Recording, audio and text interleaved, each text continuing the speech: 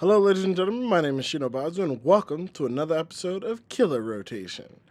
For those guys who are unaware of what this is, or this is your first time tuning in, Killer Rotation is pretty much where I hop in. I pick whatever killer is next in my rotation out of the killers that I'm supposed to be playing. Sorry for that. And I basically just kind of roll with whatever I'd run on them, in a default situation, if you would. So this is pretty much, I don't know what map I'm on. I don't know what team I'm up against. If I was told I have to play this killer, this is what I would take in the pretty much 90% of situations. And for right now, since today's episode is Wraith, we're going to be rocking Whispers, Brutal Strength, Enduring, No One Escapes Death. And we might mix up the add-ons. I'm running these two add-ons because I actually like these two add-ons a lot. But if I'm completely honest, I do feel that Swift Hunt and where's this other one, even though I got changed slightly, this one, both got drastically buffed and are probably really strong and much more stronger in a tryhard scenario. I just like the Silent Bell. I think the Silent Bell is actually really strong, a lot stronger than people give it credit for. Admittedly, if I had to think of any changes I would make to this build to make it more fun or to make it a little bit more interesting, or I might do if I'm feeling a little cheeky, is I may swap out Noid with Devour Hope just for the memes, nothing else with it, so just kind of running Devour straight and hoping for the best. And on very rare occasions, I'll swap out Whispers for something like All Seeing Blood or All Seeing Spirit, so I can see kind of where people are, and have that to be able to track survivors. I really hate taking Whispers off. I always get mad at myself afterwards for taking Whispers off because it's so hard to find survivors without Whispers.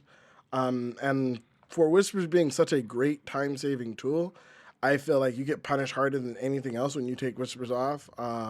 With Wraith, simply because he just doesn't he doesn't get extra time. Pretty much what you're able to create with your perks is all you get with him, and he is able to find survivors quickly, but in all honesty, he needs more time than any other killer simply because he's the longest in chase of about any killer in the game. So he has nothing really to help him in chases. He just has the ability to help him find people. But all that being said, we've got our pick set up. We've got our add-on set up. We'll go with this one for the first build, and then we'll swap it up to the Silent Wraith for the next build. We're maybe going to do 2, maybe 3 games, or probably just 2 games to show you guys what I can do with Wraith. And then we'll go from there. So let's hop on into it. All right, then, ladies and gentlemen, we're into our first game, and we got Mother's Dwelling. So one of the cool things, and one of the main reasons why I play Wraith the way I do, is just kind of the fact that you're able to just get right into the game. Unlike the trappers you guys saw in my earlier games, you have to spend some time setting up traps, kind of deciding what you want to do, where you want to do it. None of that is required when playing Wraith. You're literally able to just go straight into the game, get straight into the chase if you can find someone early, and just start making moves to end this game. This loop is really weird. She should be able to get the Paladin on this one. One of the things I've always debated about throwing on Wraith would be, as I said before, Spirit Fury. Ooh, you hate to see it happen. If it was a Vacuum Pallet, he would have been fine. Without the Vacuum Pallet, you're going down there, buddy. But one of the things I always consider Spirit Fury, because I think Spirit Fury can actually be really strong in this kid. I just don't think it gets used nearly enough. I didn't probably need to kick that, but I feel like someone else is there and maybe they just left. I feel like they probably could have got it further there. Someone was really far on this one and hopped off it. I thought I heard this one, but I wasn't sure, and I did. Hello, Claudette. Alright, I'm watching over there. Claudette's going to the right. I was watching to see, I think another survivor went over in this direction as well. I want to make sure that survivor doesn't run to Claudette's generator, but she still might. It looks like she did, yeah. Damn. Didn't get the hit, and I didn't get the, dead hard. Sometimes, even if you mess that up, they might, run the dead hard just out of, panic, but then again, she may not have dead hard, so it's kind of hard to say there one way or another, you know what I mean? But they got that generator. It's not that big a deal. 1 gen down. We got 2 hooks. This is actually, in my opinion, really good for a Wraith. The scary time for a Wraith is when you're on your first hook and 2 gens have already been done. But luckily, we've actually done a pretty good job putting in pressure early, so they haven't gotten a lot of gens done despite the fact, we're Wraith, no ruin, and all that other jazz. Yeah, I was like, he's not gonna make that jump. He thought he would make that jump.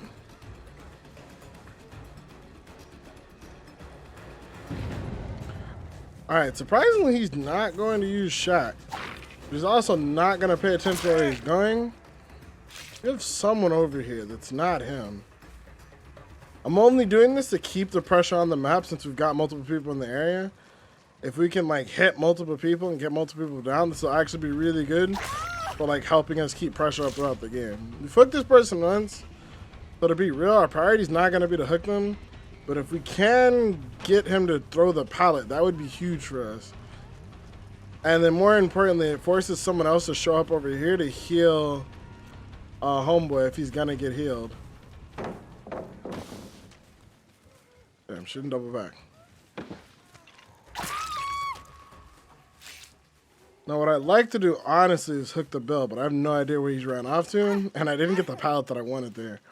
I'm not gonna waste time trying to find Bill. We're just gonna put her on hook to get her in her second hook, recloak, and then get straight to our next rotation. Because you can see they didn't stop doing generators. Oh, they got a DC, which is unfortunate for them, but I mean, not really much I can do there. That wasn't really, you know, my fault or my design.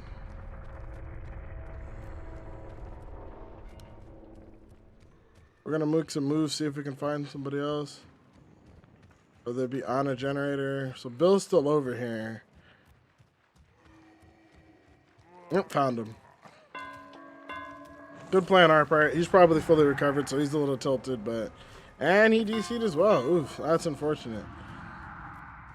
It only sucks we didn't get the hook on him, but I mean, not much we can really do about that if people are going to choose the DC versus a Wraith with no ruin. That's just kind of, you know, the way they choose to play the game out. All right, no whispers, so we know no one's over there. It's possible someone's up there. Do we hear it? Nope, we don't hear it. We know no one's over there. We know someone's in the area, but they're not on that. We're gonna check this far gen over here. No one, no whispers, nobody over here.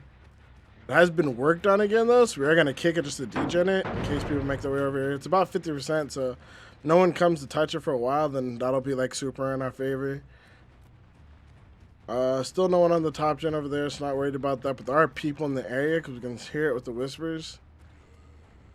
No one on that gen, but someone's still over here again. Tell with whispers. Nobody on this gen. So they're not touching gens, which makes sense. This is a 2v1, so this is like this is a very scary situation for them as players overall. They don't have like a lot of easy plays here. This would be like a good time for like all seeing blood. I know they need to work on something. And I'm sure they're probably trying to find the way to do it, but it's very hard to like, there's no safe way to work on a generator with a Wraith floating around, right? I have a general idea of where they're at. Even on top of that, I've actually got a pretty good setup of gens. Like I've got a 3-gen right there. I'm still gonna check these farther generators. These would be the smarter ones for them to do, but as you can see, as soon as I get over here, no whispers, so I know no one's there. I can immediately just wrap my way back around. Here we go, and we found one now. Found Claudette.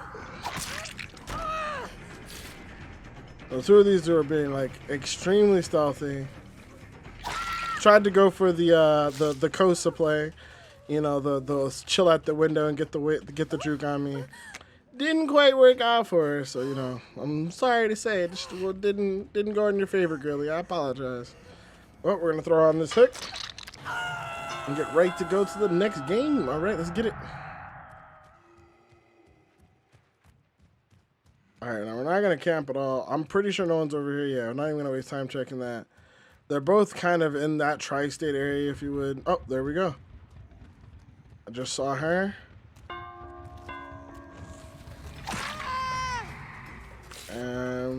So like that's the power of Wraith, because it's not super hard to find people. It's probably DCing. But let's see if we can get them on a hook before they DC. Maybe, maybe not. But yeah, we hadn't seen her all game, so we did pretty well with that one. But yeah, that's the strength of Wraith is the ability to find people. So like, if you can get an advantage to where there's not a lot of people in the game or anything like that, that is actually huge for the Wraith. Because tracking people, even in like these like high pressure situations, isn't super hard due to The fact that he doesn't make any noise, he's really hard to see, things like that. But it's not impossible for them. That game would have been hard, but the game would have come down to whether or not how that person could juke, not whether or not they could hide from you, which, I mean, I guess they couldn't juke, so is what it is there. But, as we say, on to the next one. Okay, this time we got the groaning storehouse. I don't know, hopefully you got like less DCs this game, and the game goes a little bit smoother, but running the same add-ons as before, just because that first game was really quick due to the DCs despite everything. But a lot of the rules stay the same. Right into the action, no slowdown. I actually do want to go for him just because he's got the map, and he didn't realize just how bad position he was in. Well, again, this is the main reason why, like, when you rock Wraith, this is why you rock Wraith, right? You rock it because you're able to instantly get into the action and instantly lose people. I hear him over here, right? There he is.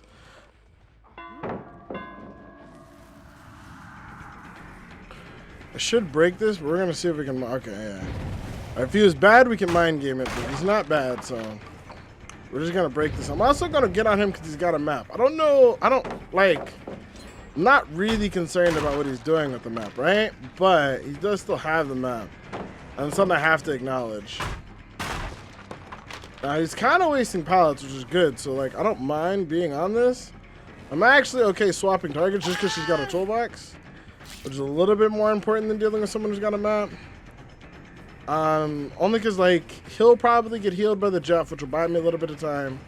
And then hopefully I can get her down, or at least get her to waste some more stuff.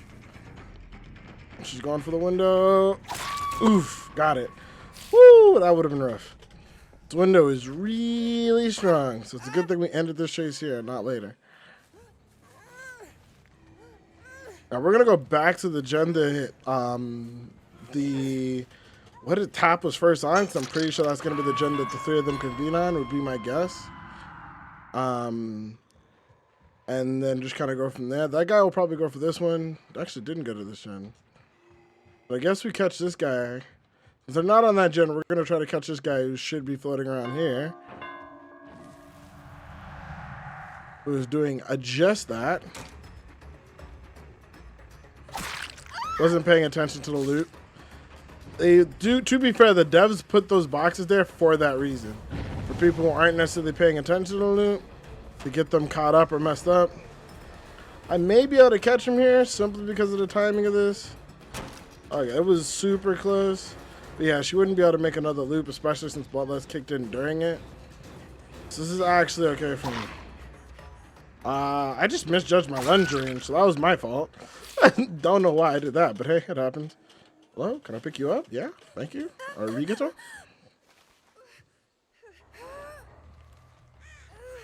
But as you said before, you saw, like, it's very easy if you're not running any slowdown mechanics to lose 2 generators before you get, like, to get a single person on hook, which is exactly what happened there.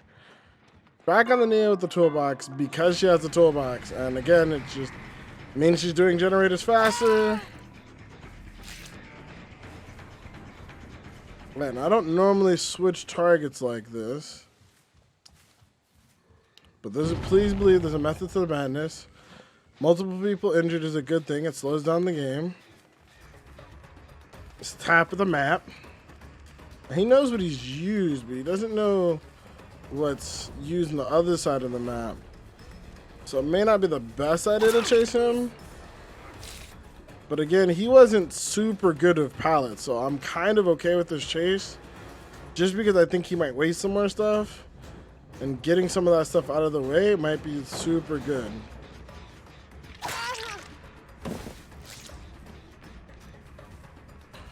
And then see, like, just by running into that, we're able to get another quick down, get rid of this pallet, which is relatively strong. And then maybe even, like, yeah, okay, yeah, I was like, maybe even, like, get onto this Jeff, but it seems like he just kind of bailed out. And then again, like, the goal here now is just hit multiple people. Not necessarily slugging because we want to slug. We're slugging because we want pressure, like, among multiple players if we can get that. Having multiple of them injured is, like, really good for us. And then if we can catch someone over here, There we go. We can get the top of the map this time. And tap goes down. We got people injured. It's a lot easier to down people. We can kind of pick our targets based on like who's easier to down, as opposed to trying to pick our targets by like other metrics, like what's like who's easier or more available. She messed up a skill check healing, which gave away her location. She had dead heart, so that did give her kind of the quick benefit there. She's got the window, but no pallet, so I know she's got to commit to the window here. Because I know she got to commit to the window, I'm just going to down her, pick her up, put her on a hook. I could, if I was going super try hard, the play here actually wouldn't be to hook her. The play here would have been to slug her and immediately double back for top. So that should be where they're going, but... we got scratch marks over here. Got Claudette. There's no... she's got no, like, nothing over here to really help her. She's going to go far off in the corner, which is a smart play for her to get as far away from the other two as she can, to give the Jeff the best possibility to be able to save them. If she had dead hard, that was the moment to use it. And again, the goal of her going this far would literally just to buy time for them, which is the right play for her. We got two on the hook. There should be someone coming. Looks like these guys are going to do the smart play and heal before coming for her, which is the right thing to do. Otherwise, this would have been a trade. But they are running out of time, and I did hear him running.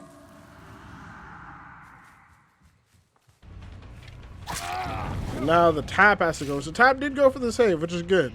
If the tap didn't go for the save, though, these guys would be in a really bad spot. So this is one of those times where, like, this is why I see people who I believe use certain perks.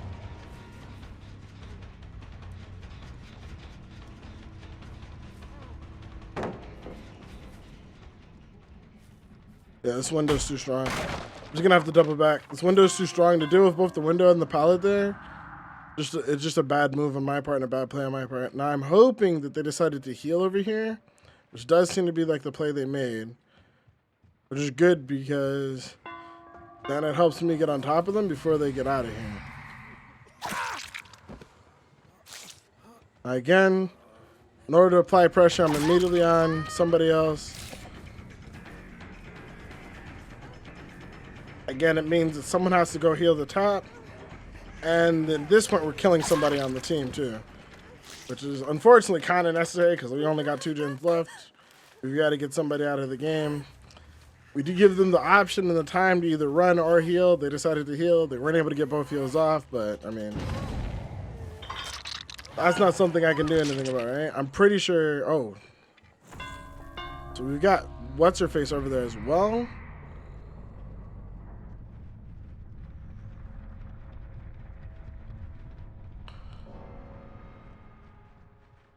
These two are over here, but they're being quiet. Oh, no, they're not. What the hell? How'd they get from over here this quickly?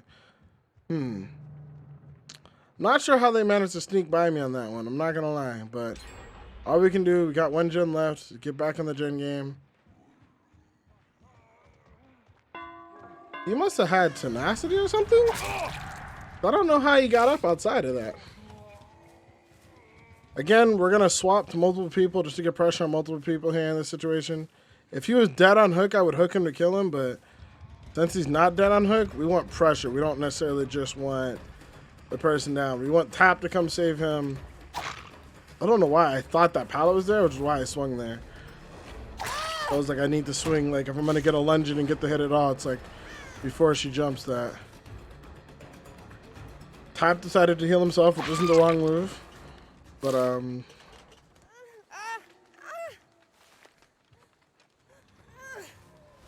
now, again, ideally what I would have done is just go straight back to the top to put pressure on both of those. But I do believe this kills her and gets her out of the game, which is like more useful for me because now I just have to deal with 2 people as opposed to 3. I can use my whispers to suss out which gen they're on and then go from there. And then it shouldn't be too hard to use Noah to clutch this back in them like my favorite. If they're even able to get the gen done in time, more than likely Noah it'll be all I need to like finish this out. Dude, you know, he told us to the 360, I can just do the 360 as well, you know what I'm saying? No, I'm not a big fan of the whole, you know, slug for the 4K. I'm running Whispers, so I don't really feel the need to do that. So we're just going to down him, put him on a hook, and see if we can find tap. Whether it be through Whispers, him finishing the gen, or some other way. Like, we'll find tap and just get rid of him the old-fashioned way, as opposed to, like, trying to slug this guy out till we find him. That would be one of, like, the 4K strategies, though. Like, to secure the 4K, it would be safer to slug this guy out, especially with Wraith. But, again, I'm a Legacy Wraith. Don't really feel the need to go all that way for it. Throw onto this. We're going to check the gens. Not on that gen. He wasn't on the gen over there, so my only guess that he's on this far gen or somewhere in the middle. We found him. Not to mention we find him, but we found Hatch. So my man had deliverance. Good for him. There's the thing. Now we found Tap. We know Tap knows where Hatch is. But I'm pretty sure we also know Tap is dead on hook. And I'm pretty sure I saw Jeff right there to my right. So this will be like, overall, this will be pretty easy for us.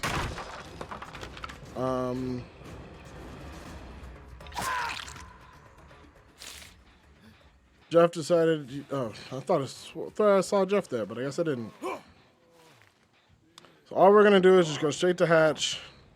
Now we have two options. We could bait Jeff into Hatch. Actually, he's not dead on hook, so we don't actually have just two options just yet.